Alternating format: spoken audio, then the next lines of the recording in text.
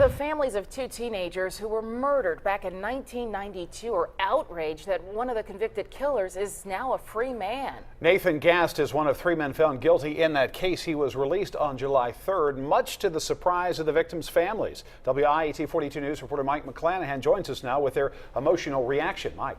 For 22 years, the Eakes family and the Duncan family have fought the release of Nathan Gast each time he came up for parole. Last week, they didn't get the chance. Gast is out of prison, and the victim's family members say old wounds are fresh again.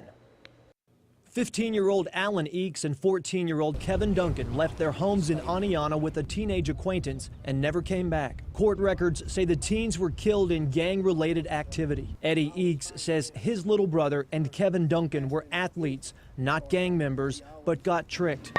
The weapon was a baseball bat. The boys were hit in the head, then left to drown in Shades Creek near Highway 150 in Bessemer, according to court records. It was Nathan Gast and Carvin Stargell that took them down there and told them, we're going to stop and y'all going to get out and we're going to use the restroom one last time and then I'm taking y'all home.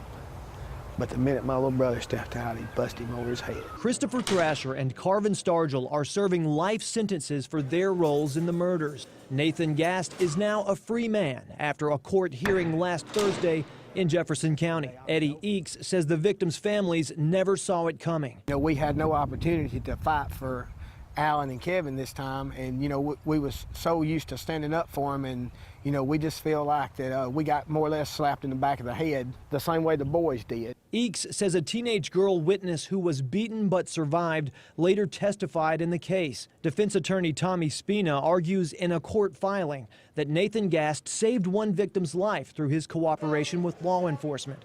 Spina cites a Supreme Court ruling that found it unconstitutional to sentence a juvenile to life without parole. Eddie Eakes says his family has reached out to the state attorney general's office to discuss the possibility of an appeal in Gast's release. The Bessemer district attorney was unavailable for comment. In the studio, Mike McClanahan, WIAT 42 News. Coverage you can count on.